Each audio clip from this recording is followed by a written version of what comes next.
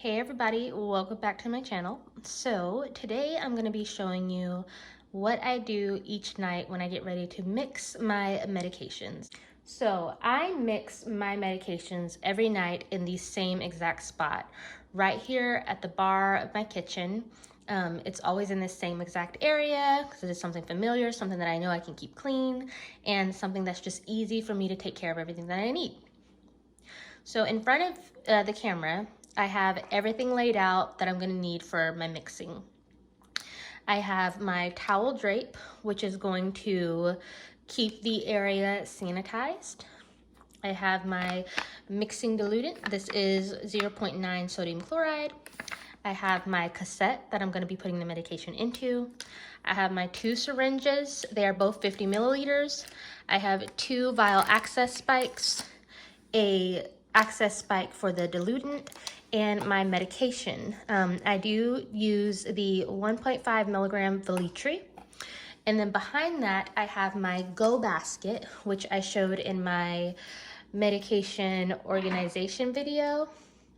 I keep this on the shelves where I store all my excess supplies for the month, and in it are going to be some very important tools that I have to use while mixing. One being the coffee cup that holds our CAD cassette, pins to do our labels, the butter knife to knock out any air bubbles, of course hand sanitizer, some alcohol swabs, extra gloves just in case I need them, extra dressing kits just in case I need them, but I really don't when I'm mixing.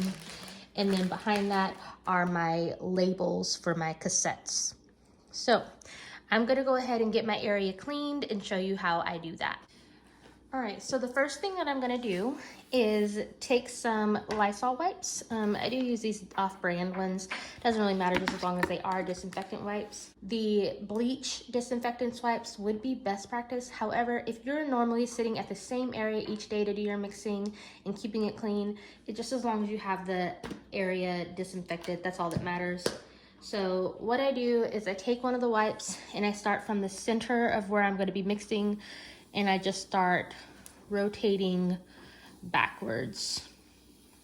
I mean, in a circle, and I go all the way around the area, and I do not repeat within the area.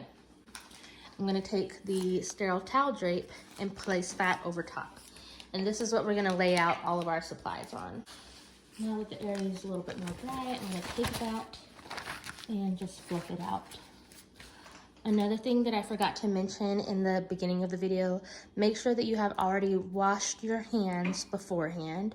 That way, as you're touching things and opening things, you're keeping everything sanitized. You know, this is a process where things are going to be going directly into your bloodstream, and you don't want to put yourself at any risk for any type of infection or anything like that. So just so you know, my hands are washed. There is a reason why I sanitized the area first, and that's also why I keep the bottle of hand sanitizer nearby.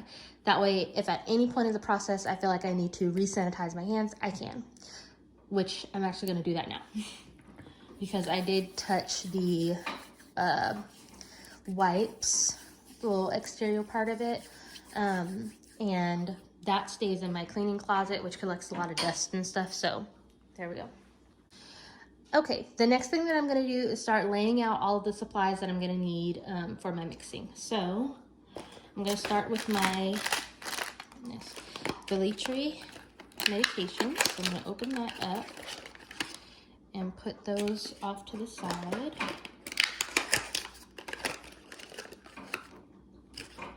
And then I'm gonna take the vial access spikes that go along with those and put them nearby. And one thing that I do with all of my supplies is I leave them inside of their little boats while I am waiting to actually use them on what they go with. So they're gonna stay inside of the plastic until I'm ready to use it again. And then I'm gonna open up the second one and put that to the side. Next, I'm gonna open up my 2 syringes.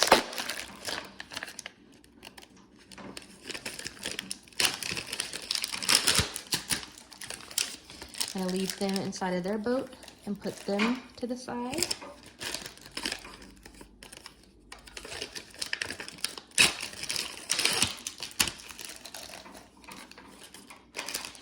And then I'm gonna open up the vial access spike for the bags from my diluent and leave that inside of its boat. Put that to the side. Next, I'm gonna open up my CAD cassette. This is where the mixed medication goes in. I'm going to take off the wrapper of this and hold it like that. The instructions I do not need, so I'm going to hold it from the boat, pull the instructions out without touching anything inside, and then set that down in its boat. And then the last thing to open is our diluent bag. So I'm going to take that off, slip out the bag, and lay that down to the side. Okay. Now that all those supplies are set out, I'm going to lay out my alcohol swabs that I'm going to need to sterilize everything as I go. So I'm going to take my box that I keep in my go basket. I'm going to take about 3 or 4 sets of 2 out and just lay them out. And now we're ready to mix. Since I have touched everything and everything came out of a box and was shipped from who knows where, I'm going to go ahead and sanitize my hands again. Okay, I have repositioned the camera again so I can do all of this while sitting down. Everything is still laid out and ready to go. I'm going to sanitize my hands one more time because, like I said, all of this are things that could be going into your bloodstream and you do not want any unnecessary infections. So everything's out. What I'm going to go ahead and do and start with first is attaching each vial spike or access spike to anything that needs it. So I'm going to start with my Velitri. What you do is you pop off the red top, throw that to the side. Then I'm going to open up an alcohol swab, sterilize the top, throw that out, and then attach one of the spikes. Now, since the spike remained in the boat and didn't touch anything, it is still sterile, okay? Now I'm gonna put that to the side and get rid of that boat. All right, and then I'm gonna do the second one. Throw that out, take an alcohol swab, clean it off, toss that, ugh. Put that on here, and then put that to the side, get rid of the boat. Then I'm going to attach the spike to the diluent bag. So I'm going to take off this rubber stopper right here, throw that out. This is still sterile, so I do not need to alcohol swab it. I'm going to take the access spike out. It has this plastic covering over it, so it is sterile. I'm going to take that off and insert it into the bag. All right, so there's that. Okay, now that all of the spikes are attached to the necessary places, what I'm going to do next is start putting my diluent into my syringes. So I'm going to actually move this boat out the way to make room for these. Okay. So before I start putting the diluent into the syringes, I'm going to go ahead and sterilize the tip of this spike with an alcohol swab, because this will be, like I said, again and again, something that has access directly to my bloodstream. And I don't want any infections. I'd like to stay out of the hospital for the rest of this year and into next year. All right, I'm gonna take the first syringe. I pushed it down because it had a little bit of space at the top. I wanna start it off at as 0 as it can be. And then I'm going to attach it to the access spike on the sodium chloride. And then what I do is I let the sodium chloride bag hang off of my counter while I pull out of the syringe. But since you can't see that process, I'm gonna try and do it with one hand like this. And just hold it up to where all the liquid is getting inside of the syringe and pull down. And I'm actually gonna take it a little bit past 50. That way, this air bubble at the top I can get rid of later. But after that, I'm gonna hold it straight up and I'm gonna take the butter knife from my Go basket. And you see like this little bubble right here. There's another one back here. I'm gonna just tap the syringe to make that bubble go up to the top. That way when I go back up to 50, it's exactly 50 milliliters, nothing more, nothing less, and no air bubbles disturbing that amount.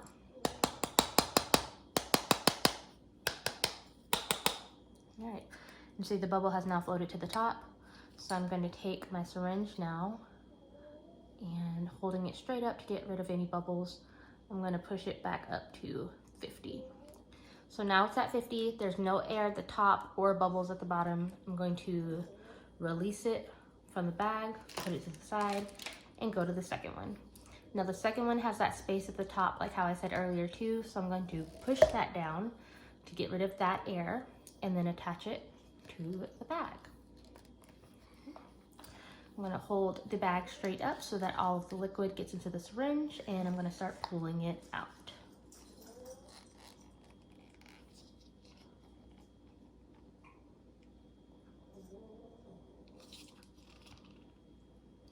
And I'm gonna take this one past 50 as well. That way I can knock out any air bubbles.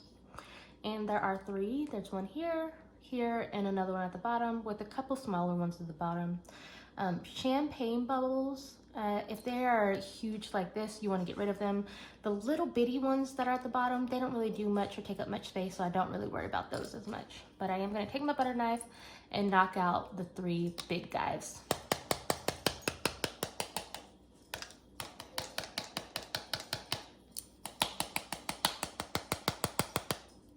Okay, now all of the big ones are at the top, so I'm going to hold it straight up and push down till it goes to 50. Now there are no air bubbles in it. I'm going to detach the sodium chloride bag, put it to the side, and now this bag is done. So I'm going to put that with our trash pile. The next thing that I'm going to do is combine the medicine with the diluent. Now, if you can see in the bottle, the medicine is this powdery substance that sometimes forms like it molds together. And what I'm gonna do is attach the diluent vial to the top of this vial, put in about halfway sodium chloride, mix that together until I don't see any more of the powdered substance, and then add anything that's in here to just the vial itself until this is empty. But before I do that, I need to sanitize the tips of the vial access spike to make sure that they are sanitized. So I'm going to open up my back, take this, wipe it off, get rid of that. Okay. And then I'm going to take the one syringe, attach it, and then I like to have this part without the sticker showing towards me. That way I can see that it's at about halfway full.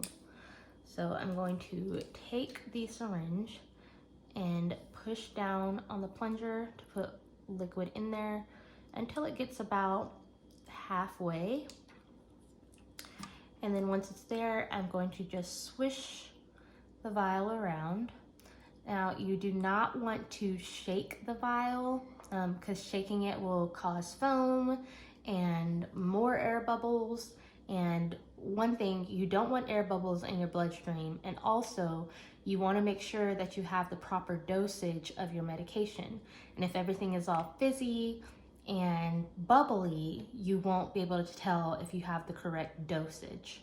So don't shake, just kind of lightly stir frontwards, backwards, move it around, up, down, side to side, stuff like that, just until all of the medication dissolves into the diluent.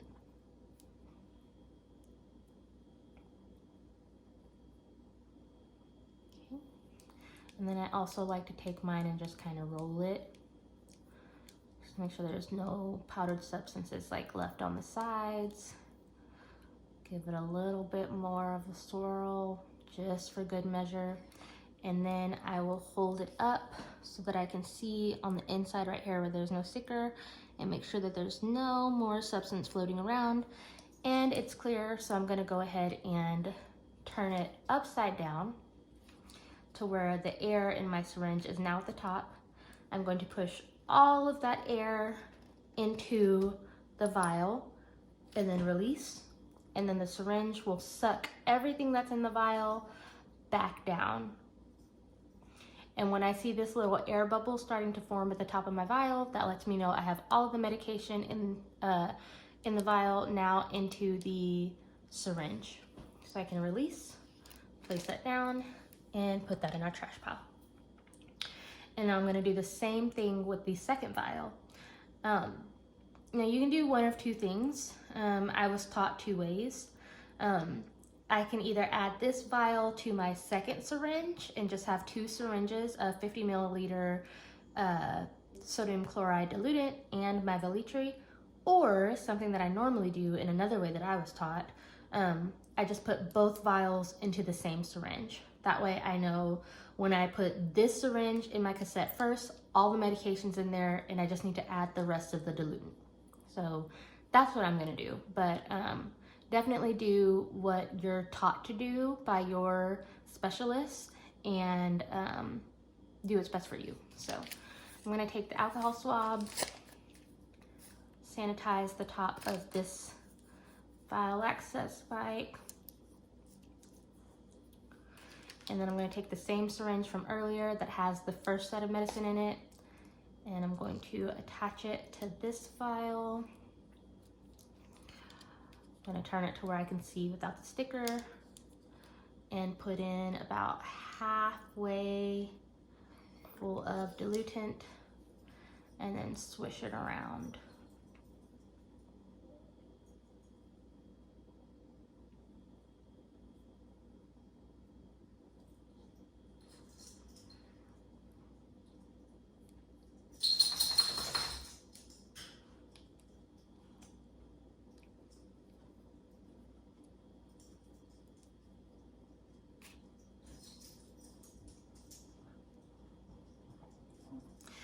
And you know that you still have a ways to go if you turn it upside down and you can still see some of the medication stuck to the bottom like that.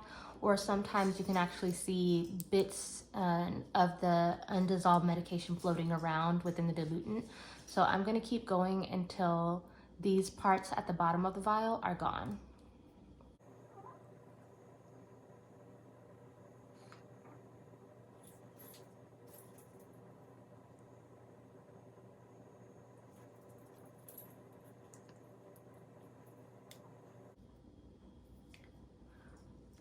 This one is a little bit stubborn. There's still just the tiny amount, the tiniest bit at the corner right here. So I'm gonna keep swishing, moving it around, letting it sit on it until it gets every little last bit.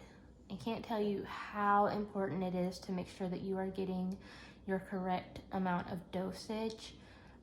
There's definitely been one time where I either mixed incorrectly or set it up incorrectly, and let me tell you, I felt the effects so bad. Luckily, I was able to go to the hospital like right away and get the assistance that I needed, and my side effects didn't last that long. But still, you do not want to put yourself in a position to not have your correct dosage of medication and then feel all of those nasty, yucky side effects.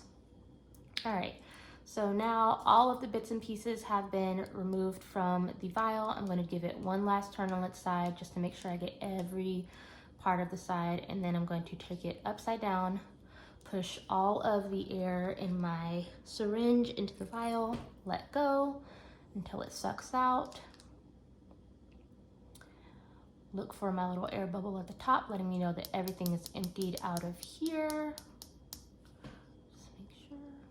And then remove that vial, place that to the side. All right, now the stuff from our Go basket comes into play. So I'm going to take out the coffee mug. I do keep extra alcohol swabs in here, especially since it's not an even amount each time that I take some out. So any extras that I have, I just keep in the coffee mug and use for whatever I might need it for. You're going to take your cassette now and you're going to place it with the blue side up, because this is where you're going to collect all the air to suck out later. I'm going to take the syringe that has all the medication first, remove this white cap, and I'm going to attach that to my cassette, turn it up, and then I'm just going to push down until all of the medication, you can kind of see it going in there, gets into the cassette. I'm going to push all the way down to get every little last bit.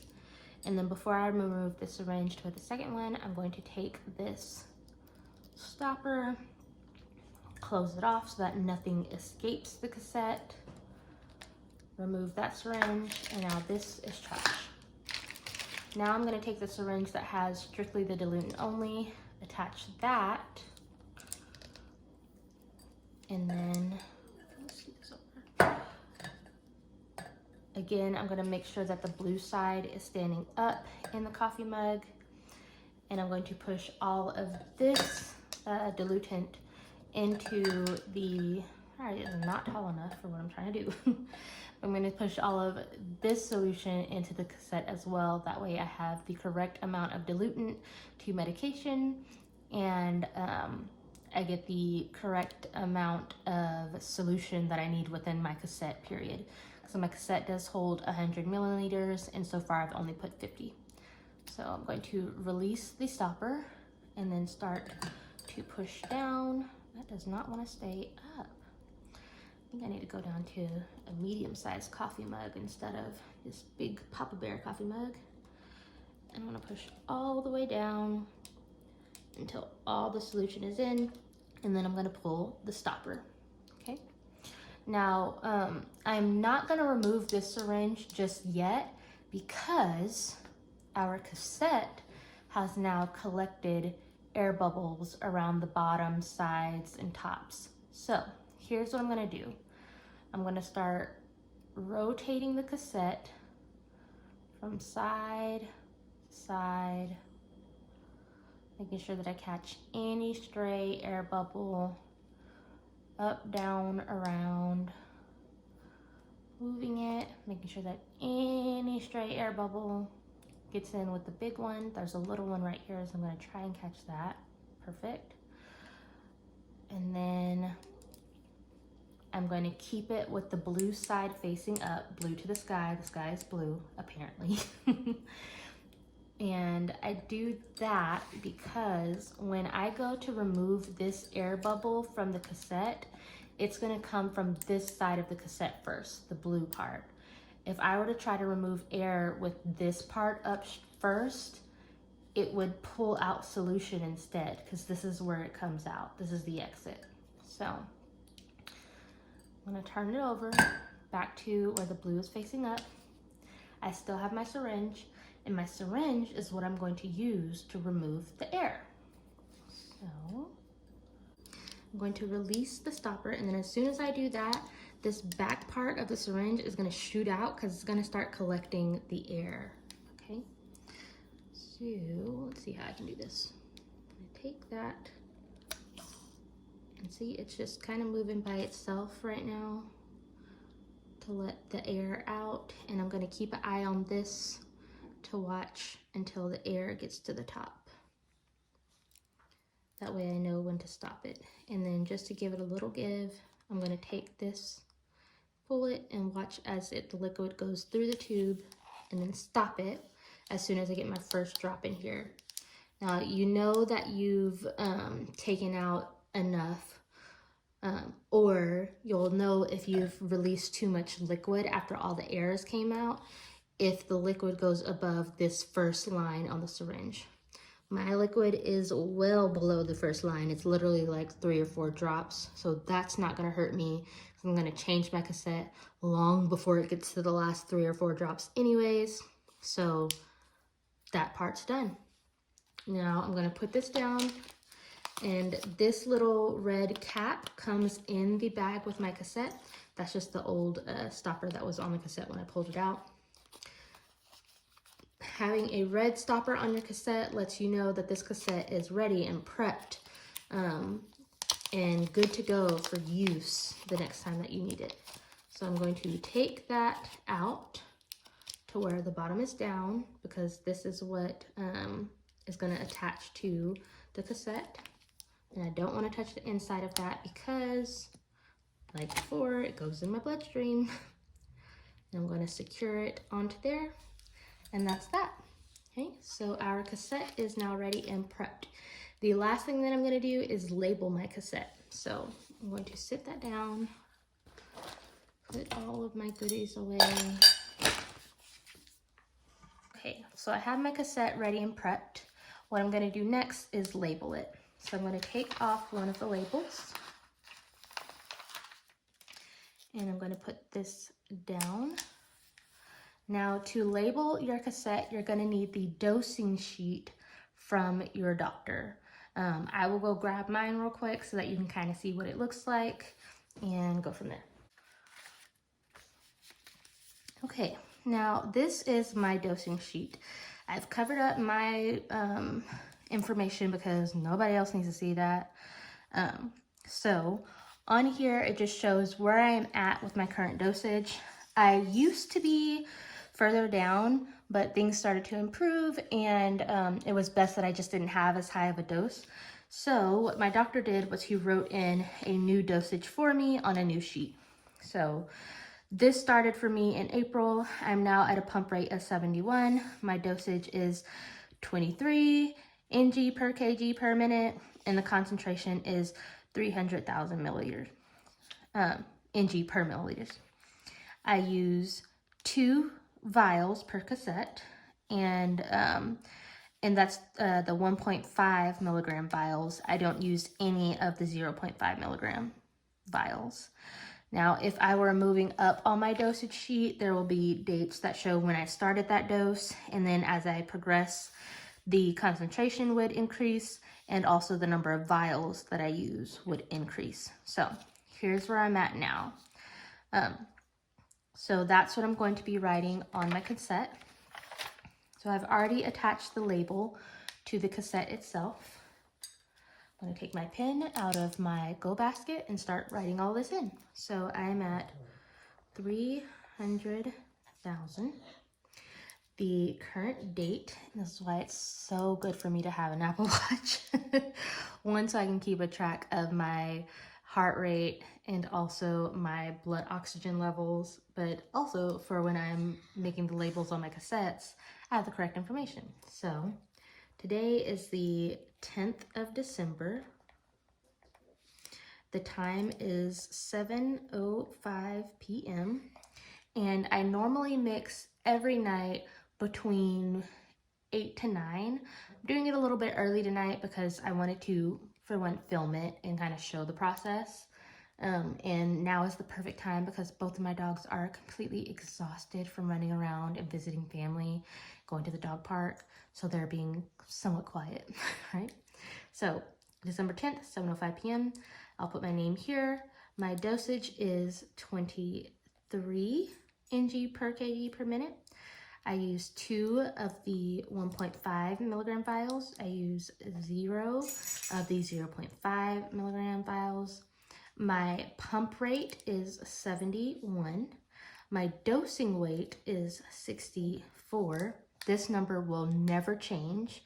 From when you start your medication, the dosing weight will always remain 64, or at least for me it will. Even though this is not my current weight in pounds or kilograms or anything like that, this is what I started off with, and that's what I'm sticking with. And then you put the use by date at the bottom. Now, my medication is good for up to 8 days refrigerated.